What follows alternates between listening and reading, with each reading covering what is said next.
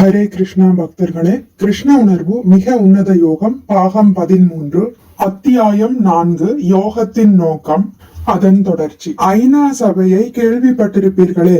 அவர்களது அலுவலகமும் நியூயார்க்கில் உள்ளது. உலக ஒற்றுமை பற்றி வெறுமனே முட்டாள்தனமானவற்றையே பேசிக் கொண்டிருக்கிறார்கள். அதுதான் அவர்களது வேலை.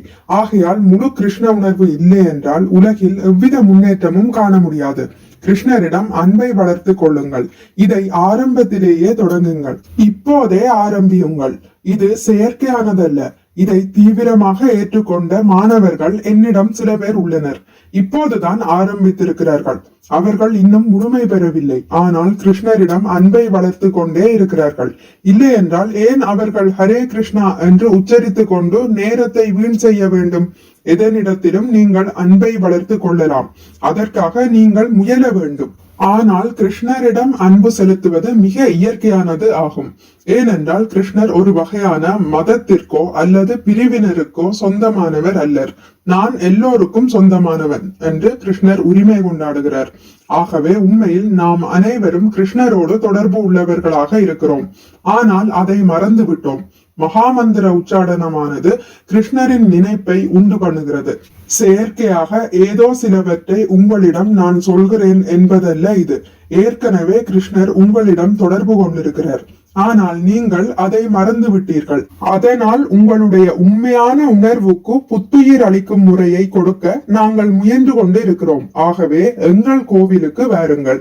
அது ஆரம்பம். பிறகு அங்கு நீங்கள் கிருஷ்ணரையும் அவரது பக்தர்களையும் கண்டு ஹரே கிருஷ்ண மகாமந்திரத்தை உச்சரியுங்கள். கிருஷ்ணர் அவருடைய பெயரில் இருந்து வேறானவர் அல்லர். ஏனென்றால் அவர் பூரணமானவர். கிருஷ்ணர் என்ற பெயரும் கிருஷ்ணர் என்ற நபரும் வெவ்வேறானது அல்ல. ஏனென்றால் அனைத்தும் கிருஷ்ணரே. அத்வைத தத்துவமான ஒருமை நிலை முழுமையானது அல்ல. ஒருமை நிலை கிருஷ்ணரை புரிந்து கொள்ளும் நிலைக்கு வரும்போது அது முழுமையடைகிறது. யாரிடம் இருந்து எல்லாம் வெளிப்படுகிறதோ அந்த பூரண உண்மை கிருஷ்ணர் என்றால் இப்போது எல்லாம் கிருஷ்ணராகவே இருக்கிறது. நீங்கள் தங்க வியாபாரம் செய்கிறீர்கள் என்று வைத்துக் கொள்வோம்.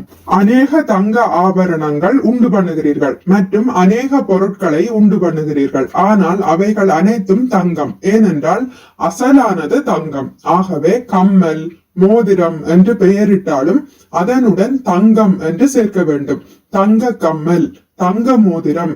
ஏனென்றால் உண்மையில் அது தங்க சுரங்கத்திலிருந்து வருகிறது. இதே போல உண்மையில் அனைத்தும் கிருஷ்ணரிடம் இருந்தே வருகிறது. அவரே உன்னத முழு பூரண உண்மை என்றால் அவரிடமிருந்து எதுவும் வெவ்வேறானது அல்ல.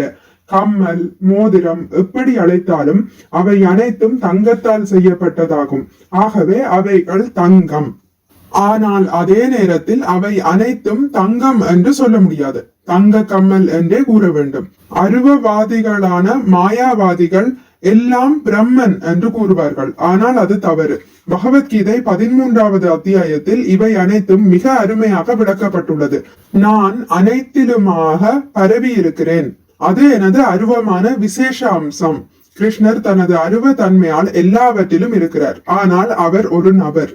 கிருஷ்ணர் அனைத்துமாக மாறிவிட்டால் அவர் இங்கே இருப்பது எவ்வாறு சாத்தியம் என்று மாயாவாதிகள் நினைக்கிறார்கள். இது முழு அயோக்கியத்தனம். ஏனென்றால் இது ஜட கருத்தாகும். ஆன்மீக அறிவு கிடையாது.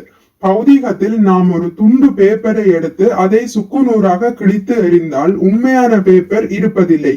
இதுவே பௌதீகம். ஆனால் எவ்வளவு பகுதிகள் பூரண உண்மையான கிருஷ்ணரிடம் இருந்து பிரித்தாலும் முழுமையானது முழுமையாகவே உள்ளது. இதனை வேதங்களில் இருந்து நாம் அறிகிறோம். பௌதீகமாக ஆராய்ந்தால் ஒன்றிலிருந்து ஒன்றை கழித்து விட்டால் பூஜ்ஜியம். ஆனால் ஆன்மீகமாக பார்த்தால் ஒன்றிலிருந்து ஒன்றை கழித்தாலும் அந்த ஒன்று ஒன்றாகவே இருக்கிறது. கூட்டினாலும் ஒன்றாகவே இருக்கும்.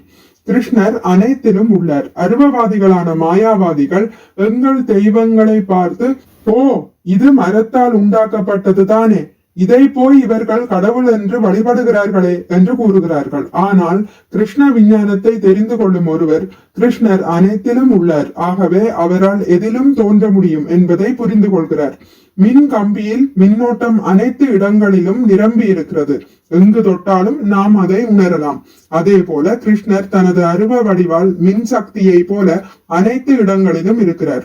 மின் சக்தியை உபயோகிப்பதை தொழில்நுட்ப வல்லுநரே அறிவான். ஒரு தொலைபேசியை நாம் பெறுவதற்கு முன்பு தொலைபேசியில் தொடர்பு கொண்டு ஒரு நபரிடம் தெரிவிக்கிறோம். உடனே அவர் வந்து எங்கே தொடர்பு கொடுக்க வேண்டுமோ அதை அறிந்து அவ்வேலையை செய்கிறார். ஆனால் நமக்கு இது தெரியாது. ஏனென்றால் அத்தொழில்நுட்பம் அவருக்கே தெரிந்த ஒன்று. ஆகவே கிருஷ்ணரிடம் எப்படி தொடர்பு கொள்ள வேண்டும் என்பதை ஒருவர் அறிய வேண்டும். கிருஷ்ணர் எல்லா இடங்களிலும் உள்ளார். இதுவே கிருஷ்ண உணர்வு. ஆனால் மரம், இரும்பு மற்றும் உலோகத்தினாலான கிருஷ்ண உருவின் விசேஷ அம்சத்திலிருந்து எப்படி கிருஷ்ணரை பெற முடியும் என்பதை ஒருவர் அறிந்திருக்க வேண்டும். எல்லா இடத்திலும் எல்லாவற்றிலும் எப்படி கிருஷ்ணருடன் தொடர்பு கொள்ளுவது என்பது யோக முறையில் விளக்கப்பட்டுள்ளது. கிருஷ்ண உணர்வும் யோகமே. இது பூரணமானதும் எல்லா யோக முறையிலும் மிகச் சிறந்ததும் ஆகும். இதுவே மிக உயர்ந்த யோக முறை என்று ஒரு யோகியுடன் நாம் சவால் விடலாம். அதே நேரத்தில் மிக எளிதானதும் கூட. உடற்பயிற்சி செய்யும் ஒருவர் சில நாட்கள் பயிற்சியை தொடராவிட்டால் முன்பு இருந்ததை விட சற்று பலவீனத்தை உணருவர். ஆனால் கிருஷ்ண உணர்வில் நீங்கள் களைப்பு என்பதை அடையவே முடியாது. கிருஷ்ண உணர்வில் மிக அதிகமாக வேலை செய்ய எங்கள் மாணவர்கள் அனைவரும் மிக ஆவலாய் இருக்கிறார்கள். இந்த பௌதிக உலகில் சில நேரம் வேலை செய்ததும் களைப்பு அடைந்து விடுகிறீர்கள். ஹரே கிருஷ்ணா. இத்துடன் முடித்துக் கொள்கிறேன். இனி அடுத்த பதிவில் இதன் தொடர்ச்சி தொடரும். மிக்க நன்றி. ஹரே கிருஷ்ணா.